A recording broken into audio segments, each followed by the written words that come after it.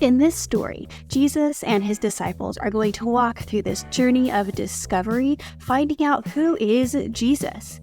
Is he just a good teacher? Is Jesus just as amazing as other biblical celebrities or the patriarchs?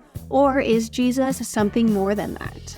So this is how it goes. Jesus takes 3 of his disciples, Peter, James, and John, up a mountainside to be by themselves. As you'll remember, Jesus is the only person with eyeballs in these stories. Doodly doodly doodly doodly doodly doodly doodly doodly. And when they get to the top of the mountain, Jesus is transfigured before them.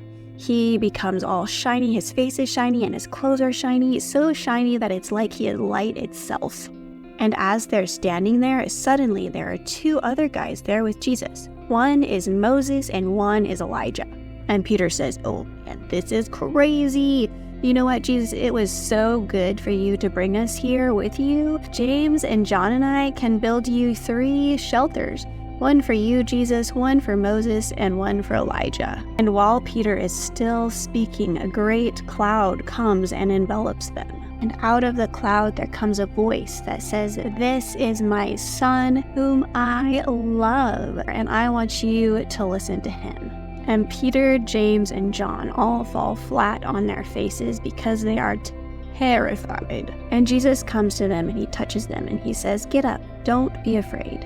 And when they get up, they realize that nobody else is there. It is just them and Jesus. And as they're coming down the mountain, Jesus tells them, "Do not tell anyone what you have seen until the Son of Man is raised from the dead." And the disciples ask Jesus, "Why is it that the law says that Elijah must come first?" And Jesus says, "Oh yes, Elijah did come first. And in fact, they did to him everything that they wanted." And then they understood that Jesus was talking to them about John the Baptist. And Jesus also said to them, not only did they do to Elijah everything that they wanted, but the same way that they treated him, and they are going to treat me, the Son of Man. This story definitely tells a lot about who Jesus is and how he compares to other biblical figures and what God says about Jesus. And I would love to hear what you guys have to say. What does this passage teach you about God and about humanity?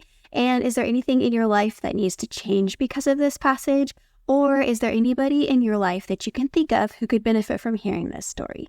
Definitely go and share it with them and let me know how it goes.